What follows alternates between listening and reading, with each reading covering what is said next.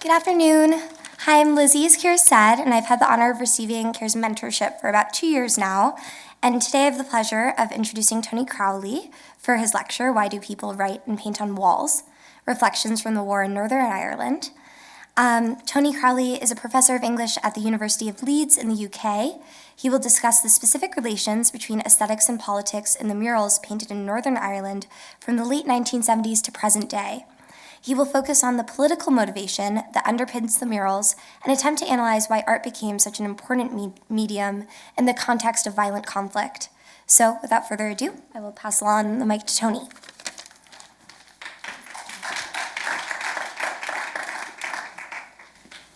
Thank you, Lizzie. Thank you very much for the invitation to the conference and indeed to exhibit a couple of images. I'm very grateful. It's very nice to be back in Claremont, see some old friends. And I'm very relieved that the rain has stopped. Anyway, my engagement with Northern Ireland, which became a lifelong affair, a lifelong love affair in many ways, and believe you me, not many people have a love affair with Northern Ireland, but I do. It began in 1979 when I was 17. I was at Oxford University, and I spent my first vacation from the university working as a student volunteer on a children's play scheme in Divis Flats and the Lower Falls, which are Irish Republican working class areas in West Belfast. I come from a working class background in Liverpool, which meant that when I was growing up, I'd seen a lot of poverty and deprivation, but Divis was a different world entirely. It wasn't just impoverished, it was a war zone. It featured regular, brutally violent conflict between the British Army and local Irish Republican paramilitaries, primarily the Irish Republican Army, but also the organisation which was very strong in the area, the Irish National Liberation Army. It was a very violent context. Let me show you some images. Here is the IRA. These guys with guns are forcing these young men have vandalised. When I say young men, they're children really. They vandalised the community centre in this local area, and this is the IRA, and they are policing them because the IRA were the police in this area. When the police and the British Army entered this sort of area, they were immediately engaged in violent conflict. So the IRA themselves became the police. So this is the IRA policing the local area. These are all my images, which I took over a number, which I've been taking since 1979, and I'll say a bit more about that later. But this was a bomb, which was placed in a bar. 5 people were killed in this bar. It's a no-warning bomb. Someone just goes into a bar, puts a bag down, and it blows up. As you can see, over the soldier's right-hand shoulder, there are people who are running this way down the street towards the bomb. That's because there's another bomb at the other end of the street. And let me just show a final image. This is the police in Belfast at the time. And basically they're on routine patrol. And this is what they looked like when they went out on routine patrol. So it was a very, very violent context. And I was fascinated by it, and I sort of went back, and I've spent a lot of time in Northern Ireland since. During my first year at the play scheme, I became intrigued, not to say fascinated, by the fact that both Irish Republican areas, but also Loyalist areas, which is to say pro-British areas, working class areas, in those areas, public space, which is to say walls, pathways, advertising, hoardings, street signs, were covered in social and political graffiti. Some of it was crude. Some of it was enigmatically coded. I just didn't understand it at first. Some of it was humorous, and some of it was politically sophisticated. Using a very cheap camera, because I just didn't have any resources at the time, but using a very cheap camera, I just began to record the graffiti. I was interested in it, so I just started taking pictures of it. As you can see, it was a very cheap camera. This is one of the first photographs I took. Provos means the Provisional IRA, so it's the Irish Republican Army. The Provos are the people and the people are the Provos. This is Lenadoon, which is in West Belfast. When the British Army or police went into this area, they went in with helicopters and the whole shebang. You know, it was a complete military operation if the police appeared anywhere around areas like this. So these are early images. This is in Derry, in fact. This is Free Derry Wall, which is now a lot smarter than this, but in those days, that's what it looked like. And I'll get onto that in a second. So that was in 1979, and I was sort of just taken by this whole context and what was going on with the war itself, but also with people's responses to the war, sort of cultural responses to the war, in a sense. Just before I left in 1979, a Loyalist contact asked me if I'd seen any Loyalist murals, and I hadn't at that stage because it was a war zone. Space is extremely confined, so if you live in a particular area, you live in that area. And you don't tend to go wandering around the city and so on. You were located in very particular types of space. But a Loyalist contact said to me that he'd take me into a Loyalist area to photograph a mural. And this was the mural, the first mural that I took. Much of the symbolism of this mural was lost on me. But as you can see, it features an appeal, remember the Loyalist prisoners. Prisoners were key to the whole conflict. And indeed, in the end, prisoners decided the outcome of the conflict. At any one time in Northern Ireland, the prison population before the war started was minuscule in Northern Ireland. And then it rose to between about 400 and 800 prisoners, all of whom were convicted of terrorist offences. So almost all of them would have been convicted under the age of 25, and all of them would have been serving life sentences. So the prison population just grew enormously. And the prisoners were central both to the conflict and the resolution of the conflict eventually, but also, interestingly, they were central to the murals and the development of the murals, and I'll go on to say something about that. But it said, remember the prisoners, remember the Loyalist prisoners. It was a commemoration of the Queen's Silver Jubilee in 1977. And it also has within it sort of coded references to Scotland and Northern Ireland, these flags, to the Queen, obviously. You can see the paving stones are coloured red, white and blue, and so on and so on. Anyway, there's a lot of code, semiotic sort of code, that was inscribed within the mural, and I didn't get it, basically, at that stage.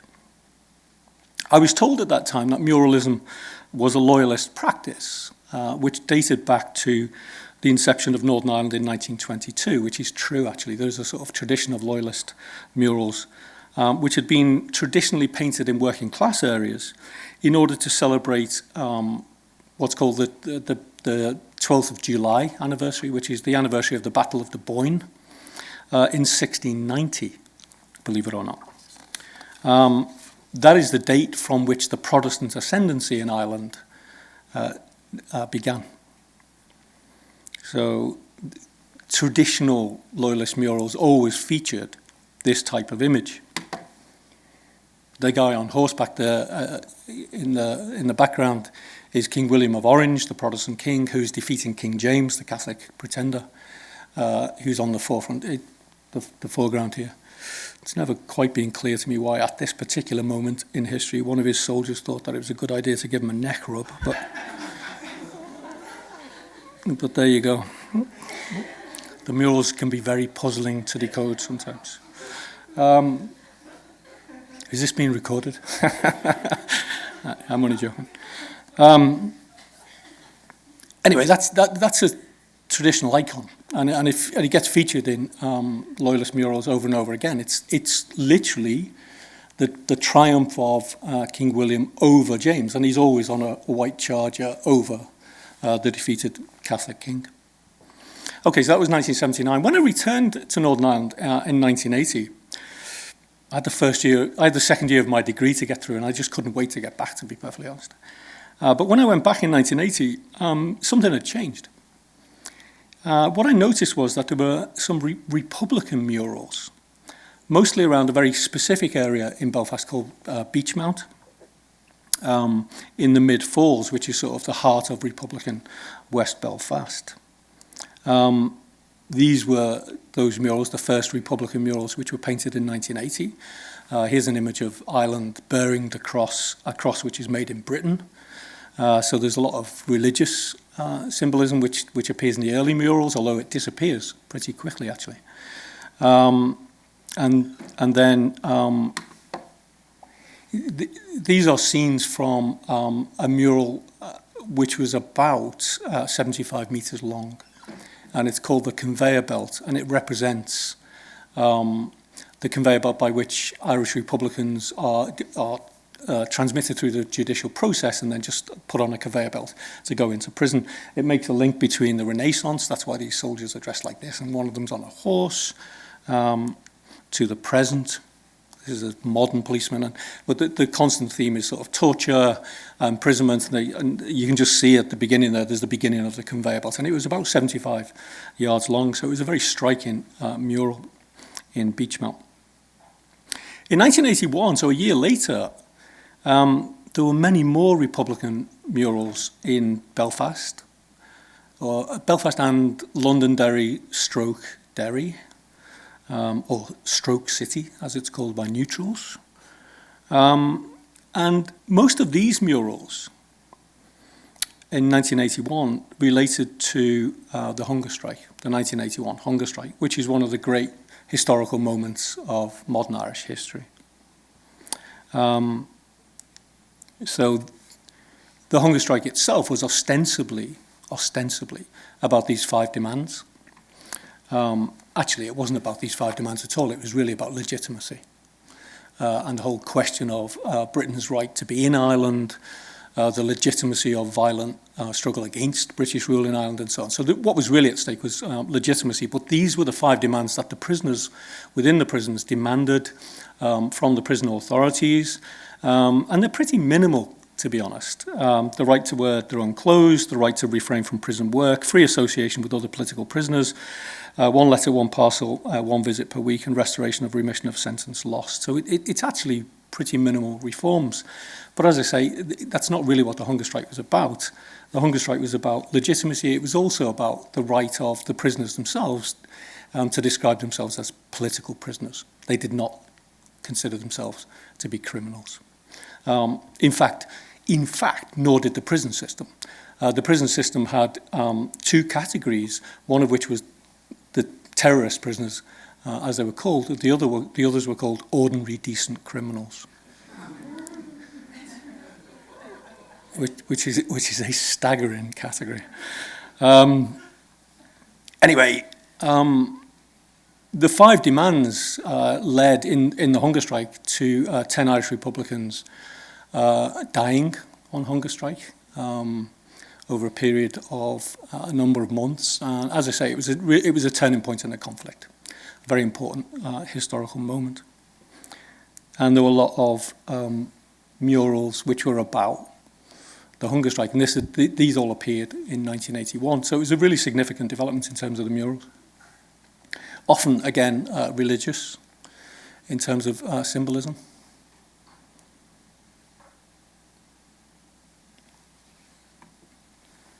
The appearance of those murals marked the beginning of an astonishingly sustained artistic practice. We think that between 1979 and 2017, we think something of the order of 25,000 murals have been painted in Northern Ireland, which is a lot of paint. they've ranged the murals themselves from simple depictions of violence. This is a depiction of the most successful, if that's the right term, but the most successful Irish Republican Army operation against the British Army. So this is the ambush at Warren Point in 1979, in which 18 British soldiers were killed. So this is a celebration of Irish Republican violence. Here, from the other side, here's a Loyalist mural, which celebrates the fact that at a very particular point in the late 1980s, Loyalists got their hands on an awful lot of military equipment, mostly from South Africa, and really stepped up their military campaign against Irish Republicans, including the use of RPG-7 rocket launchers. So it's not an exaggeration. These characters actually were running around urban Belfast with rocket launchers. So some of them were simple depictions of violence. Some of the murals are sophisticated representations of history. This is a representation of the famine in Guatemala, the Great Hunger, in 1845 to 1848. I was interested in this morning, people were talking about eviction. Of course, eviction is one of the themes of the famine. One of the things, my sort of main job is, I'm a historian of the English language, and a sort of theorist of the English language, I suppose. One of my main jobs in relation to the murals is to point out to people when there are spelling mistakes. There's only one M in emigration right. But you can see there's a quote from Seamus Heaney at the top, but this is it's actually a very sophisticated picture of the famine. So here's a Loyalist mural, which represents 1913, which is the Loyalist rebellion against the British. So here's the pro-British Loyalist rebellion against the British in 1913. And that's a very important moment in the sort of Ulster Protestant imagination. Here's a couple of other representations. This is 1916. The storming of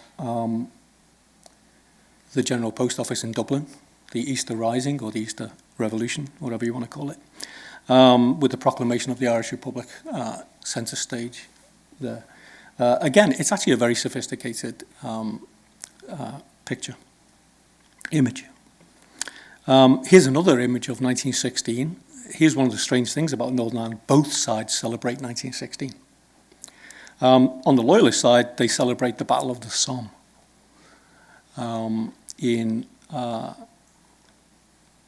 on the 1st of July 1916, during the First World War, for all sorts of complicated historical reasons. But they celebrate that. Irish Republicans celebrate the GPO. So the murals, like, they're representing violence, the sort of crude representations of violence, sophisticated representations of history sometimes, expressions of identity. Here's a mural which is about the Ulster Scots language, and that became a sort of focal point for Ulster loyalism towards the end of the 1980s and then into the 90s during the negotiations which eventually led to the peace. At one stage, during the peace negotiations, I was advising both sides on language policy, which was really bizarre. I kept on saying to them, you need rights. When the British talk to you about tolerance and respect and parity of esteem, ask them for rights. And they didn't, which is one of the reasons why we're in the mess we're in at the moment. So there are expressions of identity. There is Ulster Scots. The Ulster Scots language is a cipher for Loyalist identity. Here is the Irish language, Tíogain Anam, which means a country or a nation without a language is a nation without a soul. There are also declarations of political affiliation in the murals. Republicans are pro-Palestinian. Here is a representation of one of the wars in Gaza, and Obama The guy at the top there is Netanyahu, the butcher, and Obama trying to shield the United Nations from taking out. So it's a sort of sophisticated political mural. So Republicans are pro-Palestinian. Loyalists, because Republicans are pro-Palestinian, Loyalists are pro-Israeli. So here's a very big mural which appeared about 3 years ago, which is dedicated to a guy in the British Army who seconded to the Israeli army after 1948, and is a sort of considered to be a hero for Israelis. Political affiliation was also signalled in terms of promoting the cause of the Basques. So Irish Republicans promoted Basques. And Loyalists promoted, and this is really strange, they promoted Poland, because Poland was a British ally during the Second World War. This is a really odd one, actually, because, of course, the Poles are overwhelmingly Catholic. So you've got sort of Loyalists who are Protestant, who are professing sort of thanks and so on to Poland, but it's about Britishness. It's about loyalty to a certain conception of Britishness. You've also got, within the murals, appeals for international or declarations of international solidarity. There's Frederick Douglass. This is an Irish Republican mural. Douglass, of course, visited Ireland on a speaking tour. And this is Saoirse de Peltier, which means freedom for Peltier, the Native American activist currently imprisoned. The murals also stretch to demands for political reform. Sorry, I'm still on international solidarity. This is a recent mural. You'll recognize that image, of course, because it's from Southern California. And here is a picture I took last year. These are, in fact, Somali refugees living in West Belfast. And the link which is being drawn here is between Ireland in 1845 and Europe in 2015.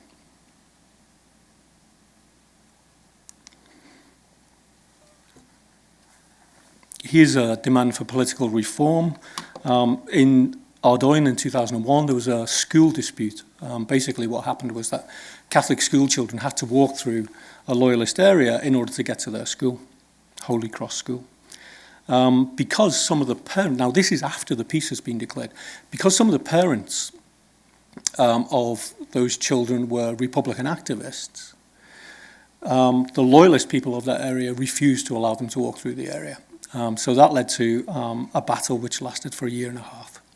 It meant that the British Army were deployed every day during school time for a year and a half in order to allow the school children to be able to get to school.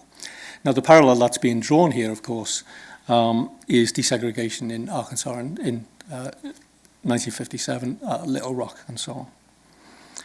Okay, that's a Republican mural about political reform.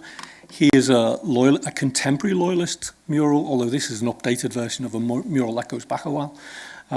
This is a Loyalist demand for political reform, and what it's really about is saying what we need to remember when we're dealing politically with Republicans is that Republicans were involved in this campaign of violence which had these terrible effects. Okay, so it's about a certain type of attitude to political reform. And then finally, towards the end of the conflict, some of the murals started to articulate demands for peace. So this was actually 1994, when the negotiations had sort of taken, although it was largely behind the scenes, but the conflict was sort of coming to an end. Time for peace, time to go. 25 years means the time from the beginning of the conflict, 1969, up to 1994. And then here's a Protestant boy and a Catholic girl who are shaking hands, making contact with each other and so on. And the appeal is no more peace and no more violence and so on. Here's the thing about the murals. Once completely dismissed as mere propaganda, they're now recognised as a significant practice of public art and form one of the most popular attractions of Northern Ireland's burgeoning tourist industry. If you go to Northern Ireland, you can take a tour of the murals. You can get a taxi tour, you can go on tours with ex-prisoners or political activists and so on, and they will take you around the murals, or at least some murals. Once they were considered to be urban ephemera, at best, agitprop at worst. Some of them now, in very particular areas, are commodified as heritage, and they're sold as heritage. So something really interesting has happened to some of the murals. Not all of the murals, actually. One of the things that I work in many estates which are outside Belfast, which are pretty godforsaken places, it has to be said. The murals in those places where the tourists don't go and only locals go, the murals are very, very different. Some of the murals are now painted for tourism. Now, the photographs of the murals are collected. I've got a collection of about 22,000 images, I think, altogether. And there are about 6,500 of them which are available in the archive, the open access archive. The Murals of Northern Ireland 1979 to 2017, which is hosted at the Claremont College's Digital Library. And I am always eternally grateful to the library for resourcing that archive. The murals were produced from within a war. They constitute a form of political art which has played an important role in Northern Ireland during the conflict and indeed the post-conflict periods. In fact, one of the things that people thought was at the end of the conflict, the murals would go away. In fact, there are more murals now than there ever have been. The murals stand as a highly complex body of work. Many of the images are drawn on relatively stable and commonly recognisable ways of making meaning, which are familiar to anyone who lives in Northern Ireland, specifically in the use of established symbolic forms and conventions. So here again is King William of Orange from 1690. And from the Republican side, here's James Connolly, one of the leaders of the rebellion who's killed executed by the British in 1916. But many more of the murals don't deal in those types of commonly recognisable icons. Many of the murals embody highly contingent structures of feeling in their articulation of perceptions, stances towards, effective responses to history as it developed. In truth, the murals took many often surprising forms. Some of them rallied support for Republican and Loyalist paramilitaries. So some of them, the function of some of them was very clear. This is a mural that was actually painted 2 years ago.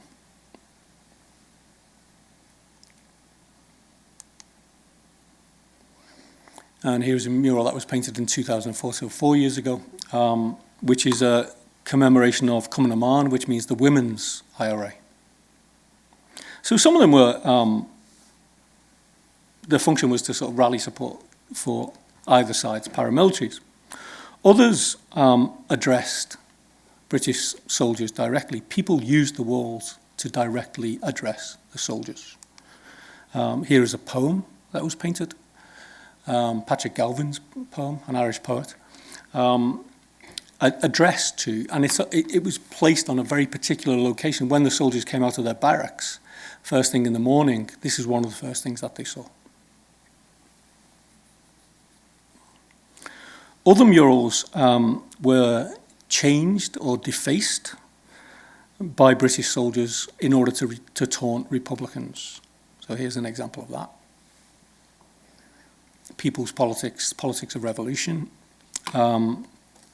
Those paint splashes that you can see on the murals are the soldiers. The soldiers used to go out, usually first thing in the morning, with balloons of paint, which they would splash against the murals in order to deface them.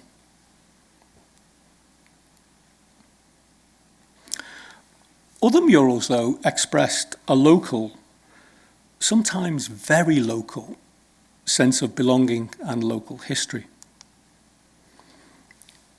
This is the markets area of South Belfast, a Republican enclave, a very small Republican enclave. And towards the end of the conflict, one of the things that started to appear was murals about local history and about people's sense of belonging to a very particular community. Here's a Loyalist mural which does the same thing. It's actually called The Thread of History, this mural. And it's about the mills. Belfast was dominated by mills, linen mills, and all of these women, working class women, were workers in the mill. And these were their job titles: weavers, spinners, doffers, and millies. But it's part of local history. That the mill there was the sort of focal point, in terms of labour at least, of the community. In fact, with all the murals, even those that were really simply expressions of political viewpoints, their location and their timing and their form meant that they served intricate, often coded purposes. Because as well as expressing content, they also functioned to delineate and to police spatial boundaries. They created modes of identity. They constructed places of memory. They forged popular morality, and they established collective sentiment. In short, although the murals were often striking works of art in their own right, they also had social and political significance, and they provide a unique perspective on the remarkable, complicated and difficult history out of which they were created. There's two questions that I want to address in the time that remains. The first is, given in the title, why do people write and paint on walls? Or more specifically, why do people in Northern Ireland write and paint on walls? There are at least 25,000 murals painted since 1979. The answer to that question, I think, can be found in the motivation that prompted those early Republican murals in the 1980s, which was this. In the context of a war in which the state was attempting to control both physical space, the streets, that's why the soldiers were on the streets, they were trying to control that space, and cultural space, specifically the discourse of politics, particularly media representations of the conflict.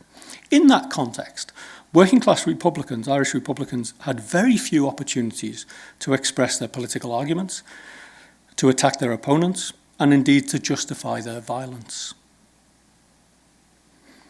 In the 1980s, the British government banned elected representatives of Irish republicanism from being interviewed in the media. Right? They could not be interviewed on British television or radio. They disrupted the Republicans' own media. The newspaper was forever being closed down. They prevented Irish Republicans from travelling to other parts of Britain, which is really bizarre if you think about it, because they insisted that they were British citizens, but they stopped them from being able to go to other parts of Britain. And the Republican response to that level of state censorship took various forms. They engaged in politics. They tried to engage in politics. They engaged in violence against the state. And fascinatingly, they engaged in art. Which is to say, in other words, that the murals themselves were, at least in part, a response to state repression.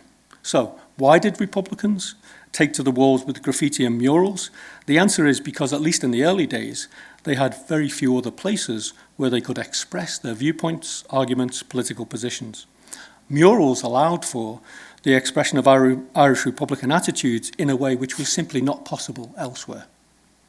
In other words, Republicans talked through walls. But if that explains why, how and why Republican murals began in the early 80s, what about their political opponents, Loyalism?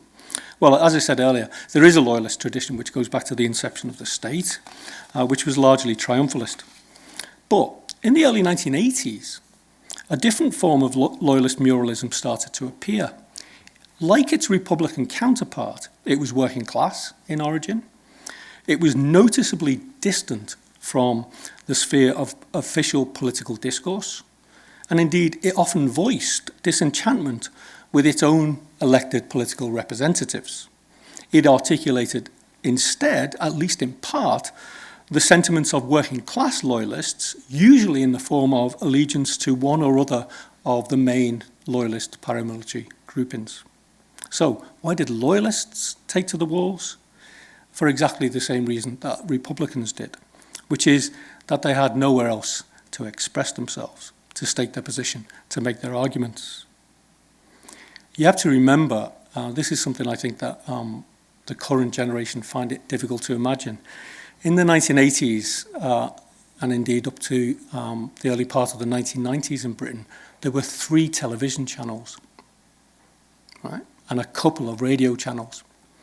If you didn't make it onto those channels, right, your voice wasn't heard. There was no social media, there was no internet, and so on and so on. Access to public discourse was extremely limited. Right? And that's a very important factor, I think, in trying to understand the history of the murals. Once Republicans had forged the way in terms of gaining access to public discourse, once they'd had success with muralism, Loyalists followed suit. What's remarkable about that, I think, is that both in its origins, but also in its longitudinal development, in a context of at times staggeringly violent conflict, what's remarkable is that both sides turned to art as a form of representation. In doing so, I think muralism in Northern Ireland has raised really interesting questions about the role and status of the artist. Most muralists were working class men with little or no formal training. They were usually ex-prisoners. It also raises questions about the status of art itself. Most of the murals were designed to be ephemeral. They were designed to go up and then simply to disappear. They raise questions about the role of art itself. The murals are both aesthetic and functional. About content. The murals are both generic in many ways, but also historically specific. They raise questions about form. The murals are both highly eclectic and self-referential. They also raise questions about audience. The murals were directed inwards towards a known community, but also outwards towards a general unknown audience. In short, what we find, I think, in the murals is a form of politicized aesthetics, one which challenges many traditional ways of conceptualizing public art. And I think it's for me, that's one of the sort of theoretically interesting questions that the murals provoke. But there is another question that I want to touch on. One of my colleagues remarked recently that I seem to have spent the best part of 40 years standing in the pissing rain and cold in Northern Ireland taking pictures of walls. It's a sort of harsh assessment, but it's not entirely wrong. So, given the history, the appalling violence, the cynicism of the dominant forms of politics, and of course the endless rain, why do it? Why keep on going back to record the murals over such a long period of time? I suppose one answer to that question is simple, good old-fashioned intellectual curiosity, a desire to understand the endlessly complicated history and culture of Northern Ireland with all of its ancient, deep scars. But why Northern Ireland? I mean, there are, after all, plenty of murals in all sorts of locations around the world, most of which are less rainy and cold than Belfast. Well, maybe the answer to that question has to be why record those murals. Maybe it has to be because the horrible, appalling, tragic war which took place there reveals most clearly the politically motivated violence which underpins liberal, democratic civil society, to which, most of the time, its prime beneficiaries are completely blind. In other words, because the recent history of Northern Ireland embodies that fascinating paradox which lies at the heart of the liberal theory of the social contract. That paradox of liberal democracy is this: in order to guarantee our security and well-being, we give up the right to violence and we entrust it to the state. But if the state does not guarantee our security and well-being, we have the right, indeed for the foremost theorist of the liberal social contract, Thomas Hobbes, who was mentioned earlier, but for Hobbes, we don't just have the right, we have the necessity to resort to violence. And that's the paradox. And that's something which Northern Ireland really taught me. But actually, that wasn't the primary reason for standing in the pissing rain and negotiating the dangers which were posed by the paramilitaries themselves, by the state and its military representatives. The people who were really hostile to me taking pictures of the murals were soldiers and policemen. But the real reason why I did that and avoided those dangers of the state and its representatives and the paramilitaries and the endless children who wanted their pictures taken, and stray dogs.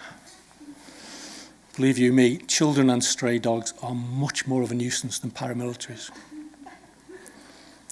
In the end, the reason I traipsed the length and breadth of Northern Ireland over nearly 40 years to record those images actually wasn't to satisfy my intellectual curiosity, nor was it to learn the lessons of political theory. I did it because the murals, even in their crudest forms, stand as testimony to the fact that even in the deepest, darkest, worst of times, when Northern Ireland seemed to be a world beyond the world, many people, often working class men who were deeply engaged in the war themselves, expressed themselves through aesthetic form. They were often self-taught, or they used the artistic skills that they'd acquired in prison, limited artistic skills. Those men, and they were almost exclusively men, they stood and painted maps of time and place on the walls of their communities. Sometimes the images were simplistic and crude and silly. Sometimes they were provocative, sectarian, shocking. Sometimes they were highly wrought and complicated or historically resonant. And sometimes they were aesthetically accomplished. Incomprehensibly, perhaps, given that war was all the world about, the muralists made art. Now, it's a modest contribution, and I'm very aware of that. But I think, in the end, it was worth standing in the rain for 40 years to ensure that there was a record of that plain historical fact. Anyway, that's it. Thank you.